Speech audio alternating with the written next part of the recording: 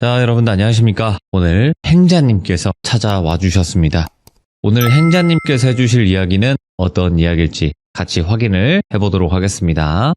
예, 여보세요? 행자님 안녕하세요. 예, 안녕하세요. 자, 오늘 행자님께서 이렇게 또 찾아와 주셔서 감사드리고, 오늘 해주실 이야기가 귀신 이야기를 대부분 좀 많이 들려주시기도 했지만 현실 공포도 들려주셨던 분이란 말이죠, 행자님이. 네. 네, 근데 오늘 사람이 무서운 이야기가 될 것 같아요, 보니까. 예, 오늘은 사람이 네. 무서운 이야기입니다. 그러면 혹시 이거는 제 생각이지만 주변에 이렇게 생각하고 있는 사람이 있을 수도 있으니 조심해라 라는 또 취지가 될 수도 있겠네요. 네, 그럴 수도 있죠. 근데 그렇죠. 예. 오늘의 키워드를 말하면 사랑과 전쟁입니다. 자, 많은 분들이 또 사랑과 전쟁하면 4주 뒤에 뵙겠습니다. 뭐 이런 느낌은 아니겠지만 한번 어떤 이야기인지는 같이 한번 들어보도록 하겠습니다. 렛츠가! 길이십니다. 이 세계 여행자예요!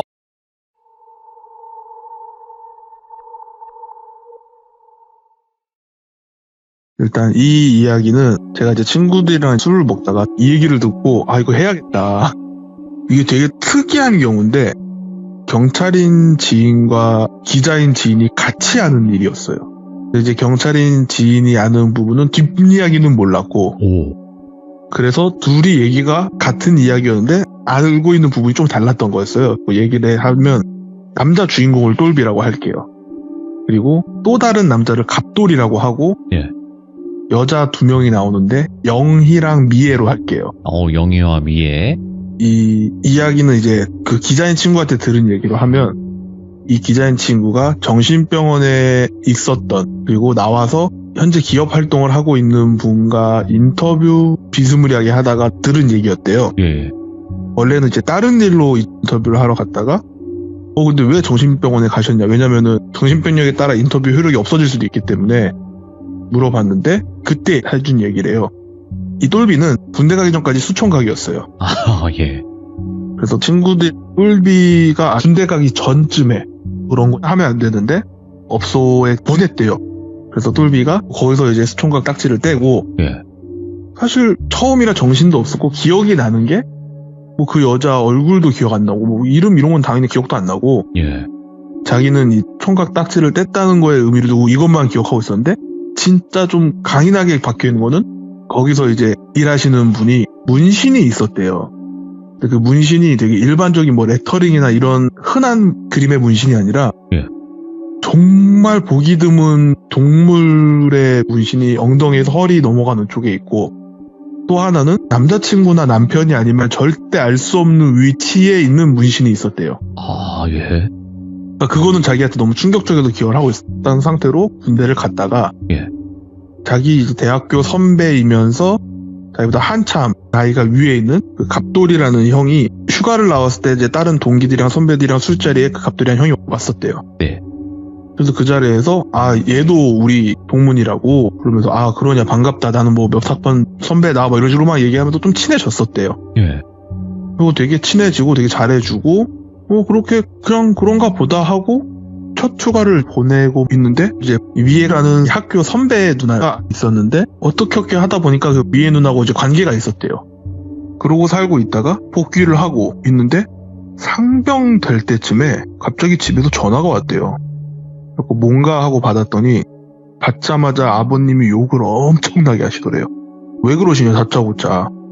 너희 휴가 나와서 뭘 했길 막 뭐라 하시더래요. 뭔데 했더니 그 미애가 애를 낳았다는 거예요. 근데 시기랑 똘비가 계산해보니까 얼추 맞아요. 아니 그러면은 그때 딱 한 번 그날이 예. 하필이면 애가 들어서서 이 사람은 나한테 말을 해야 되는데 내가 군대에 와 있으니까 말을 못하고 낳았구나라고 생각을 했대요. 예. 그럼 오늘 어쩌겠어요. 그 애도 이거 그러니까 빨리 휴가를 일단 나와서 급하게 결혼을 하자. 이게 된 거예요. 그리고 뭐 제대로 된 준비는 이제 휴가 나갈 때까지 부모님이랑 그 미애랑 미애의 그 어머니 아버님은 돌아가셨다고 어머님이랑 이렇게 넷이서 준비를 다 얼추 해놓고 자기는 휴가를 나오자마자 결혼식장을 끌려갔었대요. 그러니까 이제 법적으로 결혼식이 돼버렸으니까 이제 이 사람은 상근예비용으로 빠져야 되는 거예요 또. 자기는 이제 뭐 군생활 힘든 거 다 겪고 이제 좀 편해질만 하니까 상근으로 간 것도 억울한데 갑자기 애 아빠가 됐잖아요. 근데 다행히 이 똘비의 집이 유복했대요. 꽤 많이. 그래서 이제 똘비는 또 원래 프로그래머 쪽에 일을 했기 때문에 이제 상빈 예비로 빠졌으니까 집이 유복해도 지원도 있었고 네. 군대에서 이제 퇴근하고 나와서 그 프로그램 쪽 일을 이제 외주처럼 받아가지고 용돈벌이 하면 그걸로 이제 좀 애 키우는데 좀 보태고 아, 그런 식으로 이제 살아가고 있었대요. 자기는 얼떨결에 20대 초반에 애 아빠가 됐고 그래서 그냥 그러려니 하고 이제 그냥 뭐 어쩌겠냐 이게 내 인생인 걸 하고 이제 그냥 열심히 살아가고 있었대요. 어쨌든 자기 애니까 애를 보면 또 너무 힘나고 그러고 있다 이제 자기가 군 생활이 끝날 때쯤에 그 갑돌이 선배가 있었잖아요. 그 갑돌 선배가 결혼을 할 사람이라고 이제 누구 데리고 왔었대요. 네. 여자친구를 이제 결혼할 거라고.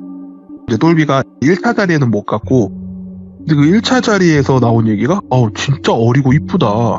역시 사람은 성공하고 봐야 된다. 왜냐면 이제 그 갑돌이가 원래 집이 좀 불우했는데 프로그램 쪽에서 열심히 해서 나름 성공을 하고 돈을 좀 많이 벌었나 봐요. 그래서 막 역시 사람은 성공하고 봐야 된다. 진짜 아무것도 없던 이 양반이 성공해서 돈 좀 버니까 이렇게 이쁘고 착하고 어린 와이프를 맞이한다고 완전 생 도둑놈이라면서 막 사람들이 짓궂게 장난을 쳤대요. 그런저런 얘기를 하다가 1차 자리가 끝나고 그 영희가 가고요. 영희가 이제 집에 갔고 2차에 이제 똘비가 왔는데 자기가 2차 자리에 왔더니 자기 선배들이 그 갑돌이를 막 놀리고 있더래요. 아까 전에 살짝 보니까 여자분들 티 짧은 거 있잖아요. 그 영희가 이제 뭘 주울 때 보니까 골반 쪽에 문신 같은 게 보였다는 거예요.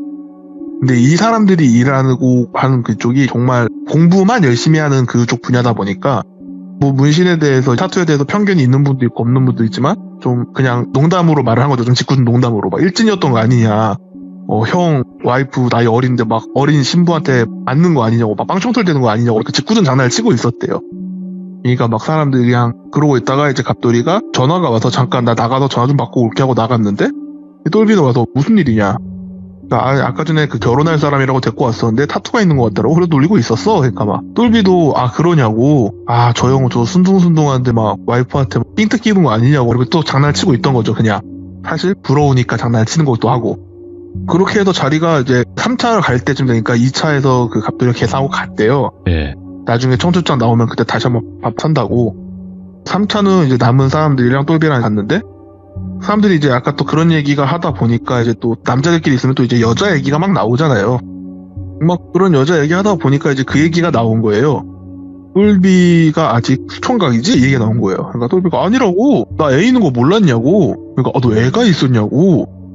나 지금 애가 생겨가지고 결혼까지 해가지고 나 상견례비로 돌린 거라고. 그러냐? 근데 왜 안 불렀냐니까. 아니 자기도 휴가 나오니까 갑자기 그냥 결혼식장으로 끌려가서 잘 몰랐다 준비하고 그럴 시간이 없었다고. 그래서 막 나중에 그럼 따로 뭐 우리끼리 축하 파티 같은 거 해야 되는 거 아니냐 막 이런 얘기하면서 다른 자기 동기가 근데 너 그때가 처음이 아니지 않아? 이런 거예요. 그러니까 똘비 자기도 잊고 있던. 예. 맞네 나는 처음이 그게 아니네 이게 된 거예요. 그러니까 사람들이 뭐냐 물어보니까 자기의 처음은 이제 업소를 간 거였다. 예. 그러면서 막 얘기하는데 그 타투가 생각이 나더래요. 예. 맞다 그 사람 그런 타투가 있었지 뭐 이런 생각만 혼자 하고 있었는데 사람들이 이제 물어보니까 얘기하다 보니까 또 이제 그 썰을 풀게 되잖아요. 그러니까 사람들이 막 오 이러고 있는데 이미 사람들 머릿속엔 그 타투에 꽂힌 거예요. 되게 네. 특이하다 보니까. 그러고 자리를 파했대요. 그리고 이제 갑돌이가 그때 내가 술 제대로 못 썼으니까 따로 술 한번 샀게 저녁도 했고 같이 술 한잔 하자 해서 만나서 얘기를 하는데 똘비도 몰랐었는데 갑돌이가 딸이 하나 있었대요. 예? 형 딸이 있었냐고 했더니 자기가 이제 어렸을 때 그때 첫사랑이랑 관계를 맺었었는데 난 그 첫사랑이가 임신한지 몰랐었다. 근데 어느 날 집 앞에 애가 있더라. 예. 편지랑. 그러니까 그 첫사랑이 애를 낳고 어쩔 줄 몰라서 이 사람 집에 놓고 자기는 잠수를 탔다는 거예요. 예. 어쩌겠냐. 근데 시기로 보나 뭘로 보나 자기 애가 맞는데 그래서 그냥 자기가 그때부터 키웠다고. 그래서 자기 학교 중간에 때려치고 일만 한 거라고. 그럴 수 있을 만한 나이도 아니었고 그때만 해도 이게 시기가 최근 일이 아니어서 예. 글씨체만 봐도 그 자기의 첫사랑인 걸 알았대요. 그러니까 뭐 친자 검사를 안 할 정도로. 예. 오호. 너무 시기상 맞는 것 같았대요. 예. 그리고 일단 그 편지의 글씨체가 자기 첫사랑이었고 근데 이 똘비도 사실 갑돌이랑 똑같은 말을 한 거예요. 예. 맨 처음에는 이제 갑돌이가 어쩌긴다 이미 어느 정도 잘 크고 있는데, 그래서 그렇구나 이러고, 그러고 이제 살다가 이제 똘비는 갑돌이랑 또 술 먹고 얘기하고 하다가, 너 근데 뭐 첫 경험 얘기 뭐 이런 거 했었다며, 단톡방보니까 그런 게 있던데 막 이런 얘기가 나온 거예요. 그러니까 그 자기 군대 가기 전에 없어했던 그때 걔 얘기라고. 근데 애들이 그 타투 얘기는 뭐냐고. 내가 갔을 때 그 첫 경험했던 그 업소에서 일하시는 분의 몸에 타투가 이런 게 있었다. 근데 이 갑돌이가 표정이 좀 안 좋아지는 걸 못 느꼈대요, 똘비가. 자기 그냥 신나게 막 떠든 거죠.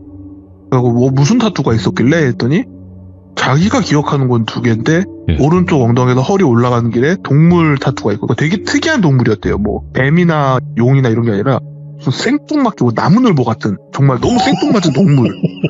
나무늘보? 그러니까 나무늘보 마냥 이런 타투를 왜 하지 싶은 동물 타투 하나 하고, 허벅지 안쪽인데 남자친구가 아니면 알 수 없는 위치에 무슨 타투가 있었대요. 자기는 이제 오랜만에 얘기하니까 또 신나서 술도 먹었겠다 막 떠들고 있으니까 몰랐었는데 갑돌이가 표정이 안 좋아졌었던 거예요. 그리고 이 형 재미없나? 이런 거 싫어하나? 뭐 이런 거 싫어하는 사람도 있으니까 형 너무 죄송하다고, 이런 거 뭐 싫어하시는 줄 몰랐다 뭐 이런 식으로 이제 얘기하고, 갑돌이가 괜찮다 하고 이제 파가 된 거예요. 예? 그러고 나서 시간이 좀 지나서 갑돌이랑 그 영이랑 결혼을 했고, 부부 동반으로 이제 넷이 좀 자주 만났었나 봐요. 자주 만나기 시작한 지 얼마 안 돼서 이제 똘비는 둘째 아들이 생겼고, 그냥 그렇게 되게 잘 지냈대요. 시간이 또 지나서 셋째 딸도 하나 생겼고, 똘비가. 그러니까 똘비는 자식이 3명이 된 거예요. 그러다가 이제 똘비가 원래 하고 있던 회사에도 출장 갈 일이 있어서 2달인가 3달인가 이제 출장을 외국으로 나갔다가 2-3달 만에 이제 한국을 왔는데, 사람들이랑 오랜만에 술 한잔 하려고, 다들 모이자 술 한잔 합시다 이렇게 하려고 전화를 막 돌렸는데, 자기랑 친하게 지낸 선배 하나가 너 지금 한국 왔냐고. 그렇다고. 무슨 일이시냐 했더니, 너 지금 혹시 뭐 장례식장 올 수 있냐 뭐 이런 얘기를 하더래요. 장례식장이요? 하고 누구 죽었어요? 이랬더니 갑돌이가 안 좋은 선택을 했대요. 갑자기요? 이게 된 거죠. 그래서 일단 급하게 챙겨서 갔대요, 장례식장으로. 그런 사람들 있잖아요. 좀 의심병, 음모론자들이 생기죠. 그럼 젊은 아내가 그럼 저 형 재산 다 갖는 거냐? 뭐 젊은 아내가 죽인 거 아니냐? 근데 젊은 아내 왜 안 보이냐? 재산 이제 상속 받으면 끝이다 이거냐? 뭐 이런 식으로 좀 얘기하는 사람들이 있었던 거죠. 그러니까 갑돌이랑 친하던 몇 명 사람이 아니라고, 그 둘 별거 하다 이혼한 지 좀 됐을걸? 이게 얘기가 나온 거예요.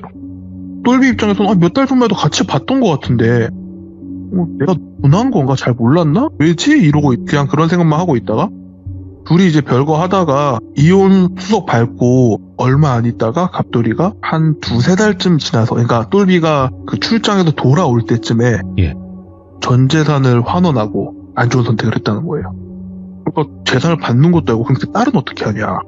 그랬더니 그 젊은 와이프가 영희가 딸 키운다고 하고 데리고 갔다고, 그리고 연락 안 된다고 안 좋게 얘기하던 사람들이 다 숙연해지는 거죠. 자기 딸도 아니고 젊은 나이에 재혼해도 될 나이인데, 그래도 자기 배 아파 낳은 딸도 아닌데 끝까지 책임진 거 보면 되게 좋은 사람이었다 뭐 이런 걸로 좀 분위기가 바뀌어서, 그렇게 해서 시간이 한참 지났대요. 시간이 한참 지나서 첫째 아들이 어느 정도 이제 장성을 해서 한 20살 군대 가기 전쯤에, 이것도 내력인지 아들이 똘비한테 갑자기 되게 진중하게 말을 하더래요. 자기 지금 군대 가면 안 된다고. 무슨 소리냐? 자가 결혼을 해야 될 것 같다고. 그러니까 터무니없는 소리죠. 되게 철딱서니 없는 소리가 들렸으니까 또 뭐라 했겠죠. 자기가 만나는 여자가 있는데 그 여자가 임신을 했다.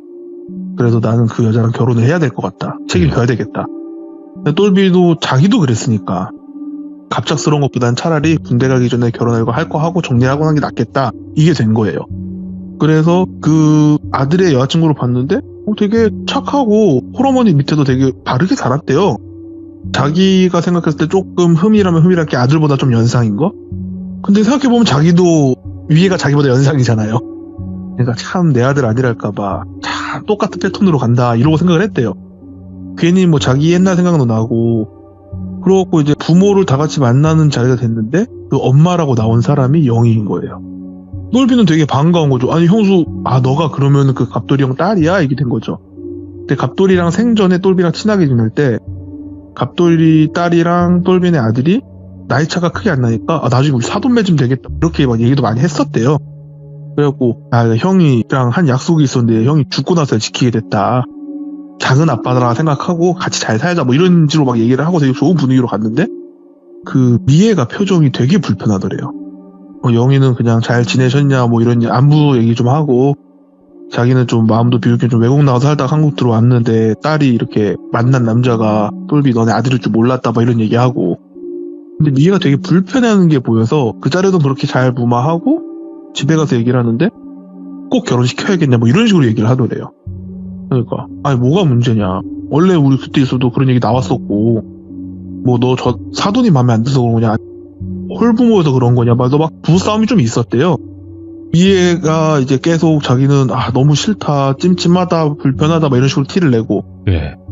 그리고 똘비는 아들 편을 들어주는 거고 그러면은 애가 임신했는데 책임지고 키울 생각을 해야지 아무 이유 없이 말도 안 되는 소리 하지 말라고 너 그런 생각이었으면 너도 나랑 결혼할 일 없었다고 이제 좀 그런 싸움까지 간 거죠.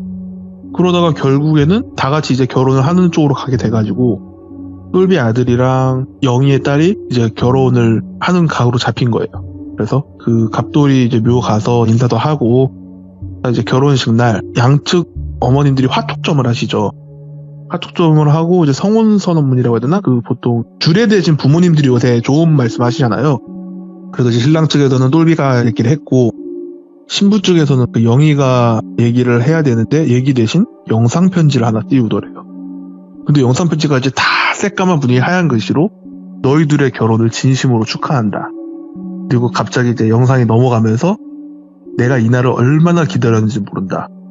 그리고 다음 영상으로 넘어가면서 이 영상은 너희들한텐 미안한데 니네 아빠랑 니네 엄마 그리고 나를 이렇게 불행하게 만든 똘비한테 보내는 편지다. 이런 식으로 내용이 갑자기 바뀌더래요. 아니 이게 뭐지? 이러고 있는데 그 영상 편지가 이제 넘어갈 때쯤에 영희가 정신 나간 것 마냥 막 까까까까 웃으면서 나가더래요. 사람들은 막 웅성웅성 보고 있는데 그걸 보더니 미애가 진짜 놀란 표정을 지으면서 고개를 숙이고 막 뛰어서 도망가더래요. 예. 신부는 졸도하고 똘비는 그거 보고 충격받아서 쓰러졌다가 공황이나 이런 게 너무 세게 와서 정신병원을 갔던 걸 하더라고요. 그 내용이 뭐냐면 예. 갑돌이의 첫사랑이 미애예요. 그러니까 갑돌이의 그 딸을 낳은 게 미애예요. 예. 그리고 시간이 지나서 미애가 그 갑돌이 집이 원래 좀 힘들었다 했잖아요. 딸은 던지게 했는데 그러니까 자기가 이제 맨 처음에 좀 프로그래머고 이러고 하니까 이제 돈을 좀 잘 벌 것 같아서 잘해보려고 하고 만나다가 애가 생겼는데 알고 보니 집이 좀 힘든 거예요. 그러니까 이 사람이 돈을 아무리 벌어도 여기다가 쏟아 박다가 인생 끝날 것 같아 싶었나 봐요. 그러고 근데 때마침 어리버리한 집이 좀 잘 사는 애가 직업도 프로그래머 할 직업이고 휴가를 나왔다는 소리를 듣고 만나서 잠자리를 갖고 아기가 생겼죠. 그리고 일부러 말을 안 하고 낳은 거예요. 그래서 이제 결혼을 했잖아요. 잘 사는 집에 시집도 갔고 거기까지는 좋았는데 근데 이 기자인 친구가 말해준 게 더 대박인 건 예. 똘비가 무정자증이에요. 그리고 그 4남매는 아빠가 모두 같아요. 예. 그러니까 그 첫사랑 갑돌이를 오랜만에 만났던 미애는 갑돌이하고 잠자리를 가졌고 비슷한 시기에 잠자리를 가진 건데 이제 미애는 고민을 한 거죠. 갑돌이랑 좀 애가 생긴 것 같은데 임태스기 해보니까 예. 이 사람한테 애를 또 던져봤자 의미가 없잖아요. 그러면 잘 사는 집에 아예 하자. 똘비는 똘비인 줄 알지만 사실은 갑돌이였어요. 그 첫째 아들이. 그리고 이제 미애는 결혼해서 살고 있다가 넷이서 만났잖아요. 넷이서 만났는데 갑돌이랑 미애가 서로 알아본 거예요. 그리고 영희는 똘비의 첫 상대가 맞아요. 근데 똘비는 이 사람을 엿먹이려고 갑돌이한테 말해준 게 아니라 그냥 술자리에서 얘기가 나왔는데 갑돌이가 그 문신 얘기를 듣고 알아차린 거예요. 와. 근데 이 영희는 똘비가 자기를 알아보고 일부러 얘기를 했다고 생각을 오해를 한 거예요. 그런데 그 갑돌이랑 미애가 바람이 난 거예요. 예. 그러니까 둘째랑 셋째가 다 갑돌이 아들이고 딸이에요. 그러니까 4남매가 다 갑돌이 아들 딸이에요. 근데 영희는 이제 어느 정도 눈치를 까서 재산 분할을 하고 싶었는데 이게 지금 자기가 알았던 거 이상으로 충격적인 상황에서 이건 재산 분할하기 편하겠다 싶었는데 갑돌이가 그제서야 말을 했대요. 너 원래 몸 팔던 애 아니냐. 나 다 알고 있다. 그렇게 하니까 서로 입 다물고 별거 상태로 들어갔다가 영희가 가만히 생각을 해본 거예요. 제가 어떻게 알았을까? 사람들 얘기하는 거 보니까 문신 어쩌고저쩌고 했던 건 똘비거든요. 아, 저 새끼 내 뒤를 캤구나. 혼자 오해한 거예요. 영희 입장에서는 사실 이 사람을 사랑해서 결혼한 건 아니에요. 사실 이 사람도 성공한 갑돌이의 돈을 원해서 결혼한 케이스인데 이대로 가면은 지금 큰일 나겠다 싶은 거죠. 그러니까 이제 갑돌이랑 합의를 한 거예요. 어떻게 합의를 했냐면 네가 이러니 저러니 해도 이 딸 내 딸이다. 니랑 그 바람난 딸 아니다. 내 딸이다. 내가 책임지고 키울 거니까 얘 성인 될 때까지 우리 이혼 없다. 만약에 네가 그런 수작업을 부린다거나 내 딸한테 올 재산에 손을 대는 순간 나는 다 터뜨릴 거다. 그러니까 갑돌이도 알겠다. 왜냐면 몇 년만 있으면 딸이 성인 되거든요. 예. 대신 내 딸대로 외국에서 살고 있겠다. 너 돈 밀리지 말고 꼬박꼬박 보내라. 뭐 그렇게 해서 별거가 시작됐고 예. 이 미애는 똘빈의 그 사업체가 좀 힘들었던 적이 있대요. 되게 힘들었던 시기에 갑돌이가 성공하니까 갑돌이로 갈아타려고 했는데 예. 갑돌이가 이러한 사정으로 좀 최소한 5, 6년은 있어야 된다. 근데 갑돌이 입장에서는 첫사랑이니까 나한테 사랑해서 오르는 거겠지? 어차피 우리 지금처럼 사랑하면 5, 6년은 문제 없잖아 인 거예요. 네.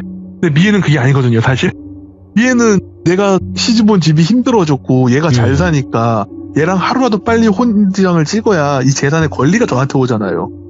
그래서 그걸로 또 좀 싸우고 하다가 알겠다 뭐 그렇게 합시다 이렇게 되고 있었는데 그렇게 불륜을 하는 과정에서 이제 딸까지 다 나왔던 거고 네.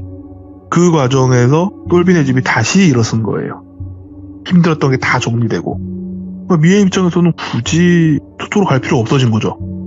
그러니까 이제 점점 거리를 뒀던 거고 똘비가 출장 간 사이에 확실하게 연을 끊자라는 식으로 얘기를 했고 그러니까 갑돌이가 자기가 가만히 돌이켜 생각해보니까 정말 그냥 자기는 잘 살고 싶어서 열심히 살았고 자기는 사랑하는 와이프와 사랑하는 자식들을 키우고 싶었을 뿐인데 자기가 살면서 정말 죽어라 공부하고 죽어라 일만 하고 만난 여자가 몇 명 없는데 그나마 결혼한 여자 그리고 결혼할 뻔했던 여자는 오롯이 자기한테는 관심이 없어요.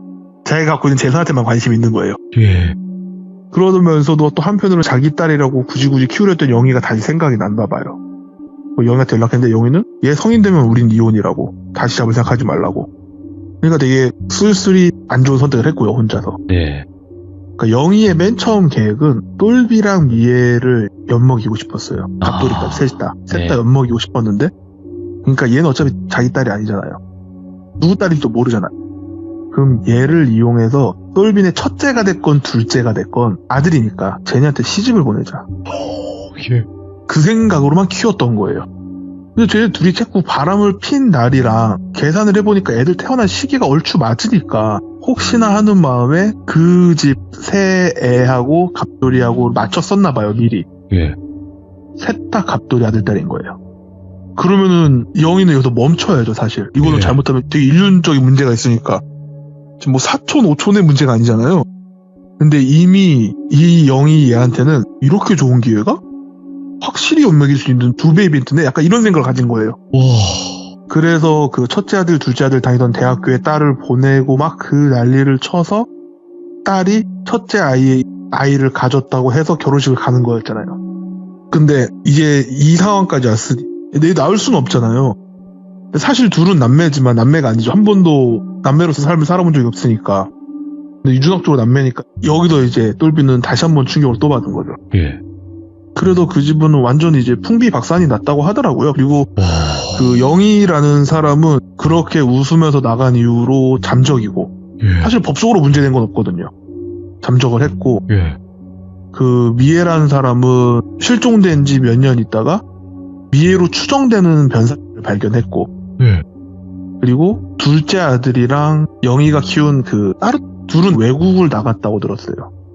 그 첫째 아들은 안 좋은 선택을 했고 예. 그리고 막내딸이 그때 늦둥이여서 어려서 모든 상황을 이해하지 못했겠지만 어쨌든 막 엄마 사라지지 결혼식장에서 사람들 막 난리 나고 있지 큰오빠 안 좋은 선택했지 아빠 쓰러져도 병원 가 있지 막 할머니 할아버지 손에서 자랐는데 애가 그때부터 말을 못했대요. 이 모든 상황이 스트레스로 오면서 똘비가 안 좋은 선택을 너무너무 하고 싶었는데 그 막내딸 보면서 참았대. 내가 쟤는 제대로 치료해야지. 왜냐면 내 딸이 아니어도 그러니까 내가 딸로 생각하고 키웠는데 그래서 자기는 정신병원에서 충동을 느끼는 게 너무 심해서 예. 단순히 공황장애뿐만 있는 게 아니라 충동을 오고 자기가 그거를 그 충동을 제어를 못하는 게 너무 심해서 입원 치료를 받았었다. 예. 그리고 이제 되게 많이 괜찮아져서 지금은 이제 공황장애 약만 먹는다라는 얘기였어요. 어떻게 이런 발상이 될까요? 와, 사람이? 그러니까 사실 저는 똘비가 좀 불쌍하더라고요. 네. 똘비는 의도치 않은 행동에 영희의 오해를 사서 타겟이 된 것뿐이고 영희는 나쁜 놈과 나쁜 년과 오해한 사람 때문에 미친 됐고 갑돌이는 되게 피해자인 척했지만 사실은 완전 나쁜 놈이거든요. 네. 그리고 그 미애도 저 맨 처음에 얘기를 들으면서 아 미애가 되게 힘들었겠다 싶었는데 알고 보니 미애도 미친 나쁜 년이었고 예. 그러니까 나쁜 놈과 나쁜 미친과 또 불쌍한 호구 하나 이렇게 넷의 사랑과 전쟁 이야기를 듣고 진짜 이건 사랑이 아니라 전쟁인데요, 진짜. 너무 충격적이고 와 인간이 더럽다는 느낌과 동시에 옛날부터 그런 말 있잖아요. 여자가 하늘 품으면 온열에 서리가 진다고. 와 영이 얘가 하늘 품으니까 한 집안을 품비박산을 내놓네. 그래갖고 아 정말 인간이 무섭다. 진짜 인간의 복수심이 너무 무섭다. 너무 끔찍하잖아요. 이 둘이 남매인 걸 알았을 때 대부분의 사람은 아 이거 말고 다른 방법을 찾아야 된다 하겠지만 이 사람한테는 개이득인 거예요. 더 크게 엿을 매길 수 있게 됐어요. 정말 인간의 복수심. 전 너무 무서웠어요. 영희가 어떤 부분에서 분명히 피해자가 맞거든요. 네. 근데 사실 이 사람도 그렇게 떳떳한 입장은 아니에요. 그러니까 저는 와 정말 인간의 그 추악함과 인간이 어디까지 타락할 수 있는가를 그리고 얼마나 잔인해질 수 있는가를 정말 이 얘기를 들으면서 이 얘기를 들은 술자리에 있던 우리 테이블에 있던 모든 사람 심지어 옆 테이블 사람도 예. 다 충격의 술잔을 놨죠. 저는 솔직히 여기 이야기에서 느낀 게 뭐냐면 이세계 여행자님께서 굉장히 조심스럽게 얘기를 하시는 것도 그러니까 중간중간 이건 이렇게 얘기해야 돼 이렇게 얘기해야 돼 이런 것도 다 느껴졌고 그리고 아마 빼신 것도 많을 거예요. 왜냐면 이게 사실 네. 저는 이제 친구끼리 얘기할 때는 좀 어휘 선택이나 이런 모든 게 다 날것의 와일드하죠. 단어들을 네. 쓰니까 와일드하죠. 왈것의 단어들을 네. 쓰고 네. 좀 더 어떻게 보면 굉장히 저질스러운 드립도 섞어가면서 얘기를 하니까 근데 이제 저는 이제 방송이다 그거를 보니까 듣었는데 네. 그대로 얘기하면 안 되니까 야, 근데 진짜로 와 너무 충격적입니다. 그러니까 충격의 그 이상 충격, 반전의 반전, 또 반전. 이게 머리가 아프네요, 정말로. 그래서 저는 정말 인간이 얼마나 추악하고 정말 지하 끝까지 이런 타락이라는 말 자체가 정말 딱 여기다. 어마무시합니다. 오늘 이세계 여행자님께서 또 이렇게 충격적인 사람이 무서운 이야기를 들고 와주셔서 감사드리고 다음번에 또 다른 이야기 꼭 찾아와 주시기 바라겠습니다. 네, 긴 얘기 들어주셔서 감사합니다. 고맙습니다. 네, 감사합니다. 자, 아마 댓글이 엄청나게 불탈 것 같은데요. 이 이야기를 다 들으신 우리 귀족님들의 개인적인 또 의견들을 댓글로 꼭 남겨주시길 바라겠습니다. 감사합니다.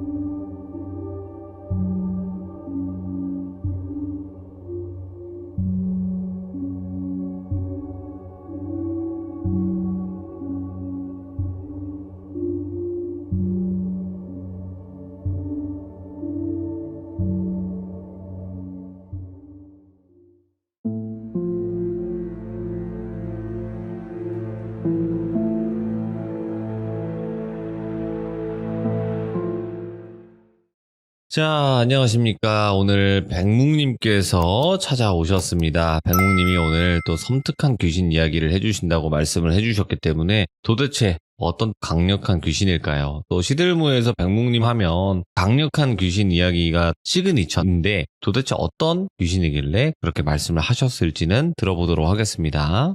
오랜만입니다, 돌비님. 굉장히 오랜만인 것 같아요. 네, 너무 오랜만이네요. 네, 아이고, 이렇게 네. 또 하루가 길 줄은 몰랐네요. 네, 반갑습니다. 네.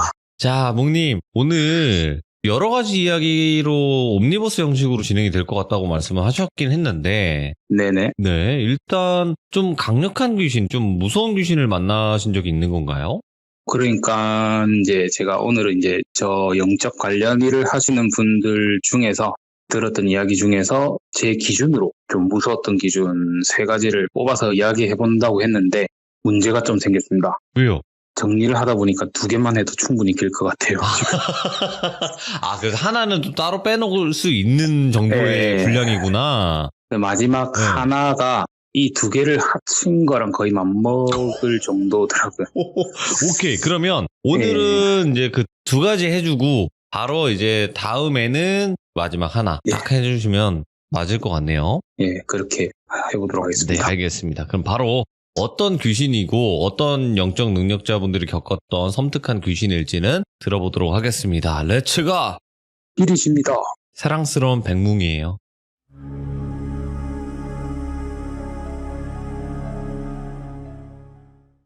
첫 번째 이야기고요. 주인공은 돌자라 할게요. 저랑 이제 동갑내기 여자 무당이고요. 이 친구를 만나게 된 건 이제 악마 사건 처리 중 한 지인께서 빙의랑 테마만 맡아 하는 제자가 있다고 만나서 빙의에 관한 무구랑 비방 좀 얻고 배울 것 좀 배워보겠냐 하셔가지고 만나게 된 친구였어요. 동갑내기여서 그런지 아니면 이제 대화가 좀 잘 통해서 그런지 금방 친해지게 되었고요.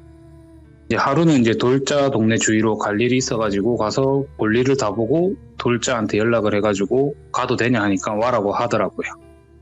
그래서 이제 돌자를 만나고 받을 거 받고 배울 거 배우면서 이런저런 이야기를 한참 하고 있었는데 돌자가 갑자기 정색을 하다 못해가지고 거의 죽일 듯한 눈빛으로 저를 쳐다보더라고요. 그러면서 야, 왜 이리 풀려 있어? 끝났어? 긴장 유지 안 해? 이렇게 하더라고요. 그래서 저는 갑자기 왜 그러냐. 그러니까 이제 돌자가 담배를 한 대 물고 불을 붙이고 몇 모금 이제 흡입하고는 너는 내가 왜 빙의랑 테마 쪽만 맡아서 하는지 안 물어본다 이러더라고요. 그래서 제가 뭐 다들 각자만의 사연이 있을 거고 그게 보통 좋은 사연들이 아니더라. 그러니 이제 괜히 지나간 아픔 들춰내봤자 뭐 하겠냐고. 그래서 안 물어봤다고 하니까 조용히 담배를 다 피고는 니는 여지껏 네가 만난 악기들이 진짜 악기라고 생각하냐 이래 물어보더라고요. 그래서 저는 내 기준에는 그런 것 같다라고 말하니까 깔깔깔깔 한참 웃어요. 그러다가 정색하고는 근데 니는 왜 살아있냐 이렇게 하더라고요. 어떤 의미인지 알아가지고 대답은 못하겠더라고요. 그렇게 이제 대답을 못하고 있으니까 돌자가 백뭉아 진짜 악기는 기회를 안 줘. 그냥 죽여. 다 죽여. 진짜들은 기회 따위는 안 줘 하고는 다시 담배 한 대를 더 피더라고요. 그러고는 이제 이야기를 꺼내가는 게 정확히 14년 되었네. 그때가 신받은 지 4년 차 때였고 당신은 아직도 애동이었으니 내가 그 신어머니 밑에서 배우고 있었지.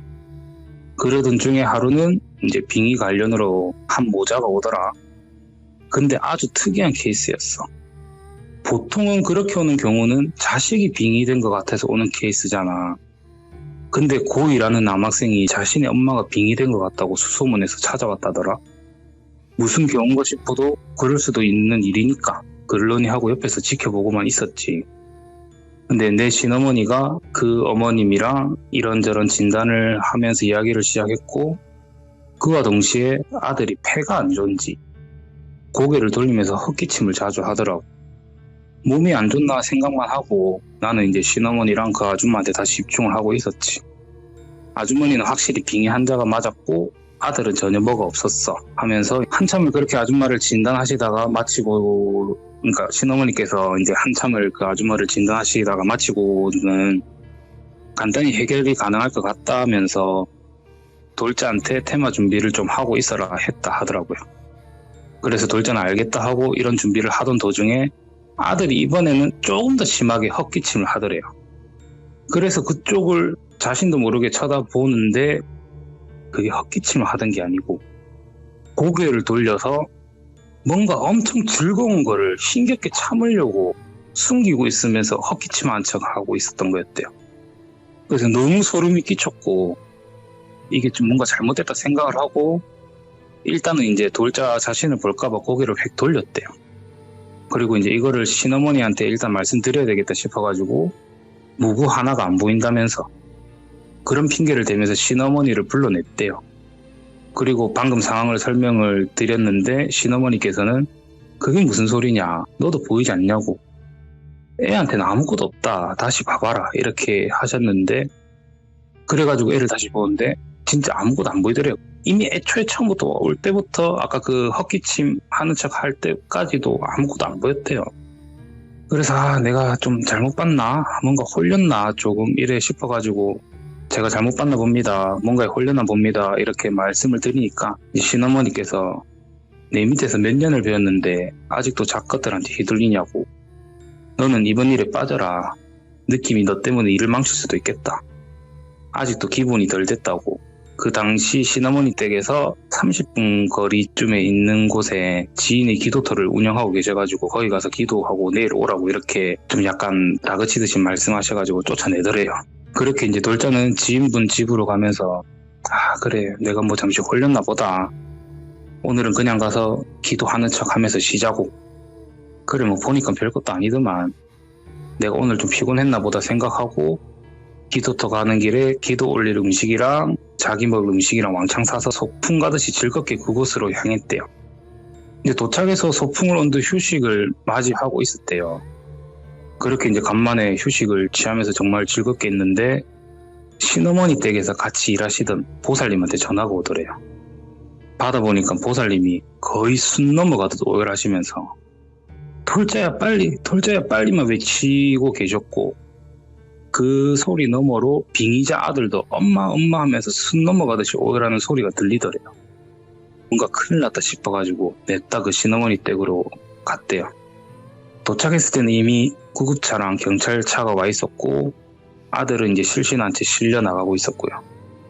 마당 모퉁이에는 보살님도 끝내 기절을 하셨는지 구급대원들이 이제 치료를 하고 계셨다더라고요. 그리고 신어머니 댁 마당 중앙에는 흰천 3개가 덮여져 있더래요. 그렇게 이제 황망이 이제 신어머니를 떠나 보냈고 돌자도 어쨌든 그 사람들 만날 때 있었으니까 참고인 조사도 받으면서 이제 신어머니 부검만 끝나기를 기다리고 있었대요. 이제 한참이 지나서야 신어머니 유가족한테 부검이 끝났다는 연락을 받았고 셋 다 그냥 급성 심장마비, 심부전증 그런 이유로 사망으로 판단이 떨어졌대요. 그리고 이제 그 후 얼마 지나지 않아 갖고 조사도 끝이 났대요. 이게 과한 행위 없는 간단한 빙의 치료 중에 원인 모를 갑작스러운 상황 발생으로 돌아가셨다라고 아들의 증언이랑 보살님의 증언이랑 일치가 되면서 과실관계 없음으로 사건이 종결이 됐대요.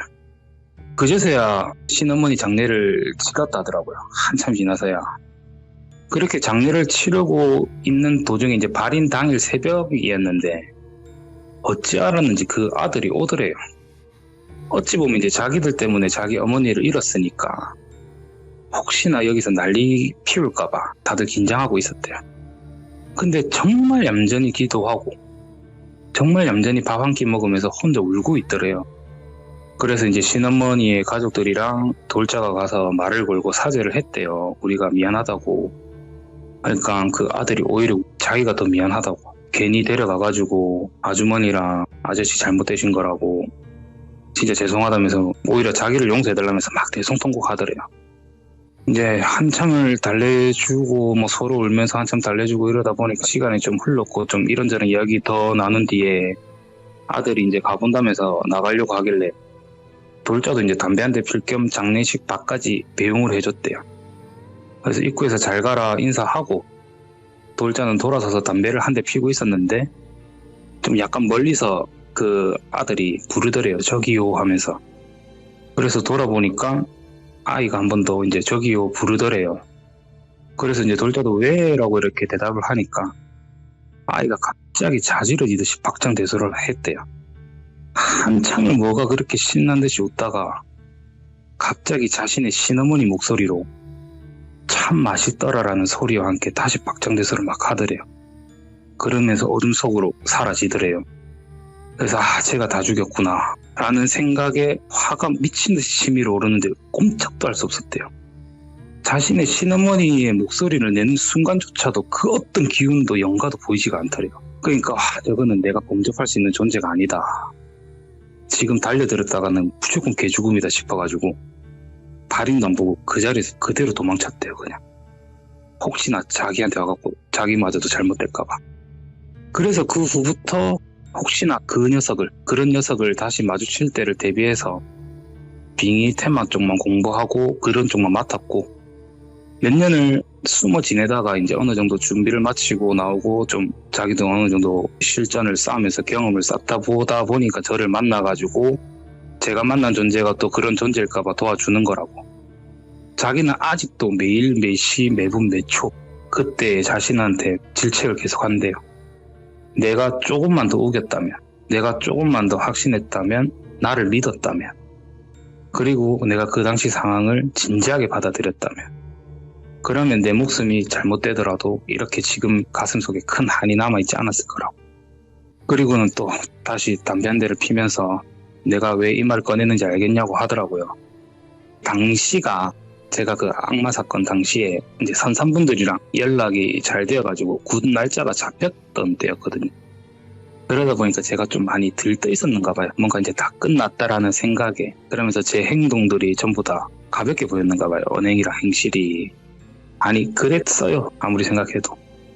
그래서 저의 그런 모습의 돌자는 이제 지난 그 일이 생각이 났고 끝까지 긴장 놓지 말라는 의미에서 이야기를 해주더라고요.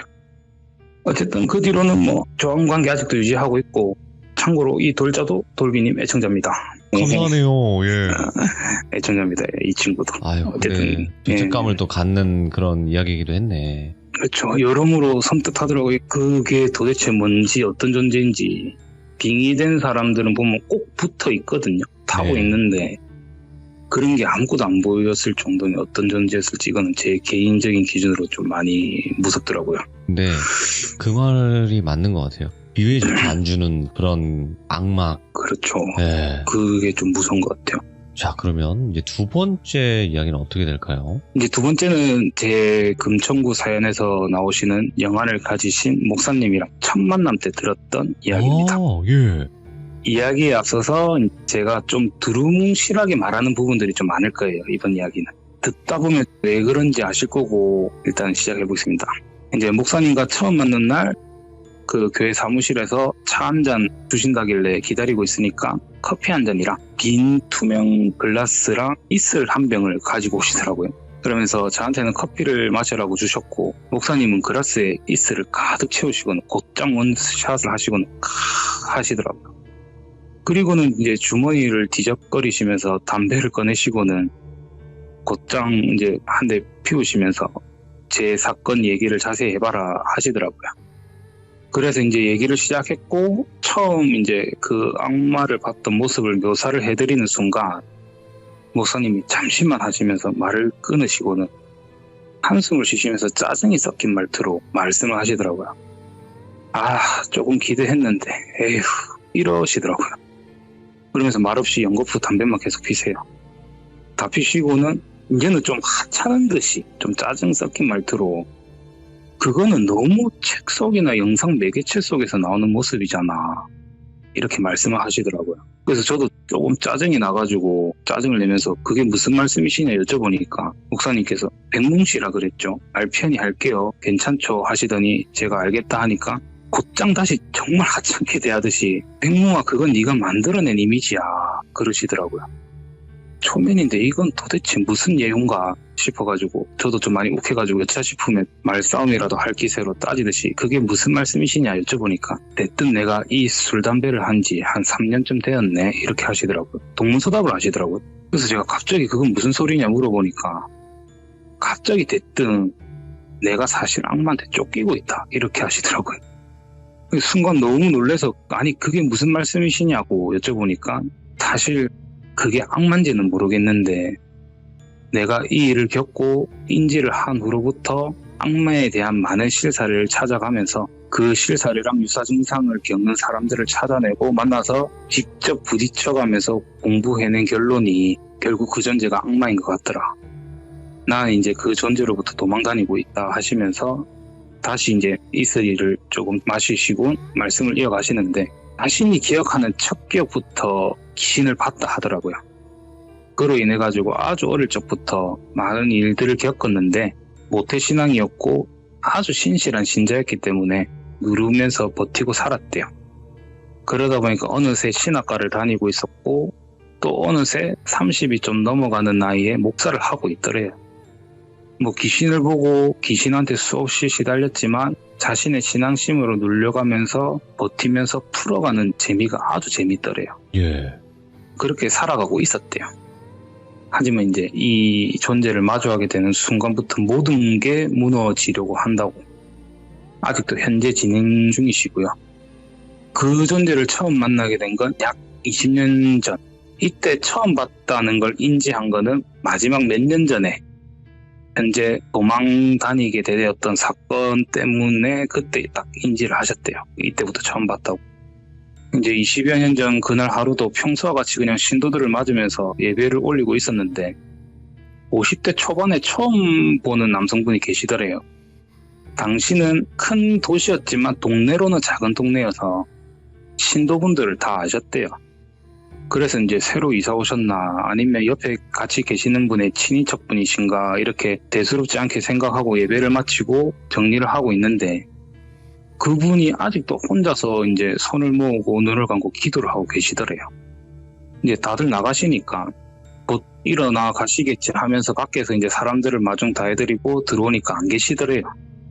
그래서 뭐 인사드리는 도중에 가셨고 내가 못 봤나 보다 하고 대수롭지 않게 넘기셨대요.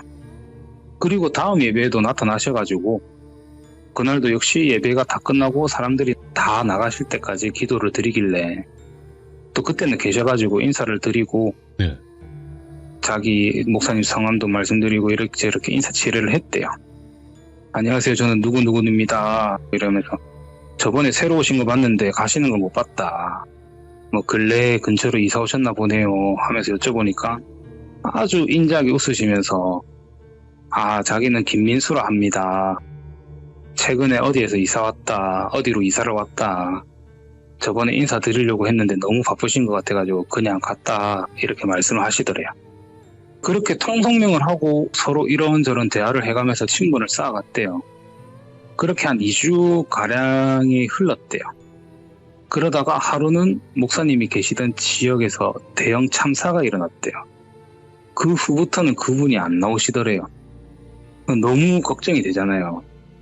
그러다 보니까 신도분들한테 혹시 개별적으로 김민수 신도님이랑 연락하시거나 만나시는 분 계시냐 여쭤봤지만 신도분들은 우리 교회에 그런 사람이 있었냐라는 반응이셨대요. 자신이 알아보는 거는 그게 전부였고 그 일에만 매진할 수도 없었고 당시 또 여러 참사든 뭐든 그런 것 때문에 많이 바쁘셨대요.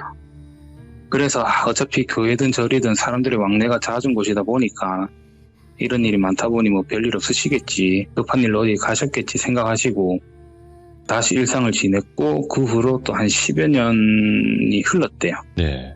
그때는 이제 다른 지역에서 목사 활동을 하고 계셨고요. 그러던 중 하루는 예배를 마치고 정리를 하고 있는데 처음 보는 30대 초중반쯤으로 보이는 너무나도 매력적이고 아름다운 여성분이 오셔서는 인사를 건네더래요. 이제 간단한 인사치레 후 오늘 처음 오셨냐 여쭤보니까 그렇다고 최근에 근처에 이사 오게 됐고 오늘 처음 나와봤다면서 이런저런 얘기를 나누다가 이제 목사님이 여성분의 이름을 여쭤봤대요. 네. 그러니까 여자분이 아직도 이름 안 알려줬냐면서 아이고 내 정신머리 바라면서 부모님이 여자가 남자 이름이면 장수한다길래 이래 지어주셨다면서 아주 해맑게 민수입니다 하면서 인사를 올리더래요. 네. 근데 지금 이게 저한테 이야기를 듣다 보니까 이상하다고 느끼지 아마 모든 사람들이 그 상황이면 전혀 인지를 못했을 거예요. 시간도 많이 흘렀고 그리고 이름도 솔직히 너무 흔한 이름, 이 이름은 제가 들었던 이름 그대로 말씀드리는 거고요. 네. 조금 한 명씩 있는 이름이잖아요, 주위에. 그렇죠. 엄청 많죠. 예. 그러다 보니까 목사님도 당연히 그렇구나 하고 그냥 넘어갔죠. 아무 생각도 못하죠, 당연히.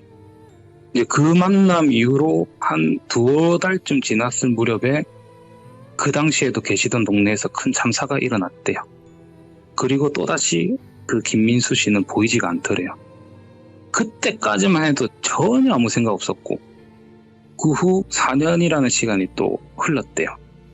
계셨던 곳도 다른 곳으로 옮기고 계셨고요. 그날도 예배를 지내고 있는데 처음 보는 20대 남성분이 보였고 인사를 나눈 후에 그 남성분의 이름을 듣게 됐는데 역시나 김민수였대요. 그때까지만 해도 전혀 인지를 못하셨대요. 너무도 흔한 이름이니까. 그리고 같은 모습으로도 만난 것도 아니고 매번 다른 나이대에 다른 성별이었다 보니까 그리고 그 외에 다른 김민수라는 신도분들도 많으셨대요. 그러다가 아니나 다를까 그 김민수라는 처음 보는 신도가 나타나고 얼마 지나지 않아갖고 또 자신이 있던 동네에서 참사가 일어났대요. 역시나 그 후 김민수 신도는 보이지가 않더래요. 그때부터 이상함을 눈치채셨대요. 그래서 그때는 폰이 이제 스마트폰이나 이런 게 좀 많이 발달이 되었던 시기다 보니까 예. 연락을 재봤는데 없는 번호로 나왔고 절대 그러면 안 되지만 당시 이제 교회에 김민수 씨의 신상 기록이 있었대요. 보고 집을 찾아가게 됩니다. 그리고 적힌 주소지로 갔는데 그 집에서 나온 사람은 자신은 이 집에서 10여 년 넘게 살았고 그런 사람을 알지도 못한다라는 대답이었대요. 그러면서 무엇인가 엄청나게 공포가 몰려오더래요. 김민수라는 사람이 나타났고 얼마 지나지 않아서 대형 참사가 일어나고 그 김민수라는 사람은 사라지고 심지어 많은 사람들이 그 사람이랑 이야기를 나눴고 그러니까 나누고 있는 걸 봤고 자기를 아무도 그거를 이상하게 쳐다보지도 않았으니까 귀신도 아닌데 뭔가 너무 무섭더래요. 온갖 생각이 다 들면서 심지어 그런 생각도 했대요. 자신이 믿고 계시는 그분께서 나에게 보내는 메시아인가, 이제 그를 도와가지고 일어날 참사를 막아달라는 건가, 아니면 날 시험하는 사탄인가부터 해가지고 정말 오만 생각이 다 들기 시작하면서 정상적인 생활을 할 수가 없었더래요. 그래서 미쳐가더래요. 그래도 다시 이성을 부여잡고 처음부터 차근히 생각해보자 했던 날이 있었고요. 오전부터 계속 상황을 정리해봤대요. 지워져 있던 기억들을 힘겹게 떠올리면서 정리하고 있었대요. 그래서 그게 일단 악수 같은 신체 접촉 시에 너무나도 그냥 사람이랑 똑같았고 그 사람과 대화 시에 그 누구도 나를 이상하게 안 봤고 뭐 이상한 말도 안 나왔고 몇몇은 김민수를 모르지만 누군가와 자주 내가 대화를 했다는 거 봤다 했으니 귀신은 아니단 말이야 이러면서, 그리고 심지어 그 김민수랑 같이 나랑 그 김민수랑 같이 대한 사람들이 하는 순간 그 자리에서 주저앉아 버리셨대요. 순간 처음 김민수를 만났던 때부터 기억이 정확하게 떠오르기 시작하더래요.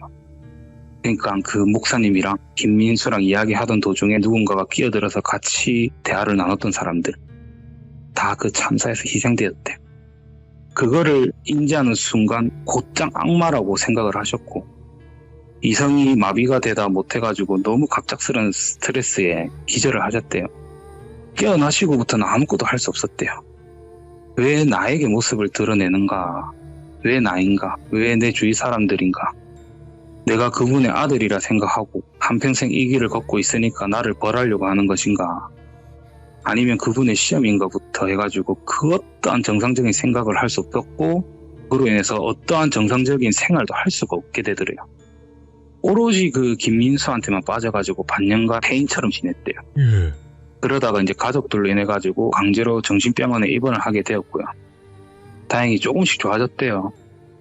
스스로 조금 더 입원을 하고 싶다 요청을 해가지고 반년가량 더 입원을 하고 지내던 찰나에 병원에 새로운 간호사가 오더래요. 다행히 그 간호사는 김 씨는 맞았는데 김민수는 아니었대요. 그래서 아무렇지 않게 보내고 있던 도중에 어느 날 그 간호사랑 의사가 이제 목사님한테 회진을 오더래요. 그래서 이래저래 회진을 다 받고 나가는데 두 사람의 말소리가 들리더래요. 의사가 간호사한테 돌순이쌤 곧 민수로 개명하신다고요? 라는 소리를 듣게 되고 그 소리에 목사님은 너무 놀래가지고 하고 있는데 간호사가 뒤로 돌아서 목사님을 쳐다보면서 씩 웃으면서 네 선생님 신청해서 앞으로 김민수로 불러주세요 하면서 응시를 나가더래요. 곧장 병원에서 도망쳤고요. 그냥 역시나 그 김민수를 만나고 얼마 지나지 않아서부터 이제 큰 재앙이 시작되었다고 하는데, 여튼 그 후에 저랑 만난 산속에 그 교회를 지어가지고 처음에는 외부인은 전혀 받지 않고 평소 알고 지내던 지인들을 통해 가지고 인증된 인맥들, 뭐 무당, 법사, 신부, 목사, 영환자 등 연적 관련 사람들을 만나서 악마에 대해서 공부를 하기 시작하셨고요. 어느 정도 준비를 마치신 후부터 유사 증상 사례자들을 만나가지고 치료해보면서 공부하면서 살다 보니 지금 이렇게 있다라고 하시더라고요. 이제 그렇게 이야기를 마치신 후에 이제 마지막으로 남은 이슬이를 명채 다 드시고는 다시 저한테 백무아, 일단 해외든 한국이든 악마의 씨였다는 사람은 너쪽 무당말로 설명해 줄게. 그건 그냥 결이 다른 신이 빙의되었다 보면 돼. 절대 악마가 아니야. 내가 공부하고 배우고 경험하고 내린 결론으론 악마는 한낱 인간 하나한테 연연하지 않아. 보통 사람들이 악마를 봤다, 악마 형체를 봤다는 건 그저 그 사람들이 만들어낸 이미지일 거야. 그건 너도 알 것 같은데 좀 강한 악기들은 그 사람의 생각을 읽는 것 따위 아무것도 아니고, 그래서 그 사람의 생각을 읽어서 그 사람이 가장 무서워하는 이미지로 보이게 한다는 거 알지 않냐고. 그렇게 배웠다고 말씀드리니까, 그러니 너도 네가 봤다는 그게 너무나도 강한 존재고 당시에 네가 그 존재의 기운에 너무 놀래서 네가 생각하고 있는 가장 무섭다라는 이미지로 보였을 거라고.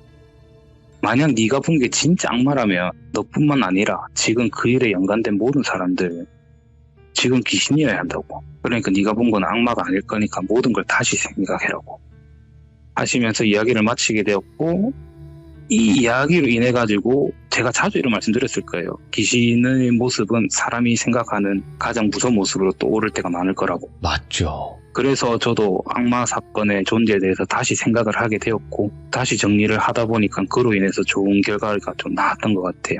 이렇게 이제 두 번째 이야기까지는 마치고, 이야. 이 목사님이 이제 어렸을 때부터 겪었던 이야기들은 뭐 너무 진부한 이야기들이긴 하고, 이렇게 숨어가지고 악마 빙의 사례자들을 만나면서 겪었던 일들이 재밌는 게 되게 많고, 오늘 마지막 이야기도 그 중 하나였는데, 예. 지금 이 두 가지보다 훨씬 더 길기 때문에 그러면 이제 많이 길어지겠구나. 그래서 다음 시간에, 오늘은 조금 짧을 수도 있지만 이야. 그 이야기는 다음 시간에 한번 가져보도록 하겠습니다. 그치. 맛있는 건 나중에라는 또 말도 있듯이. 예. 예. 와, 근데 이거 너무 무섭다.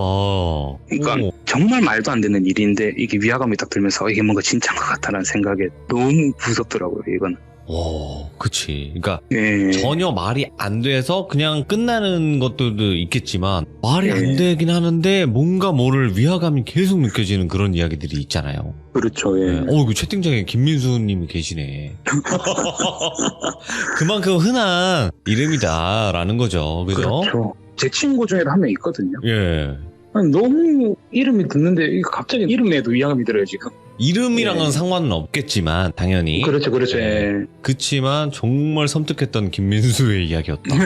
이렇게 보면 될 것 그렇죠. 같습니다. 그리고 백묵님께서 또 다음에 해주실 이야기는 이 두 가지보다도 더 강력한 이야기를 들려주신다고 하니까 그때 또 만나 뵙도록 하겠습니다. 알겠습니다. 네, 고맙습니다. 감사합니다.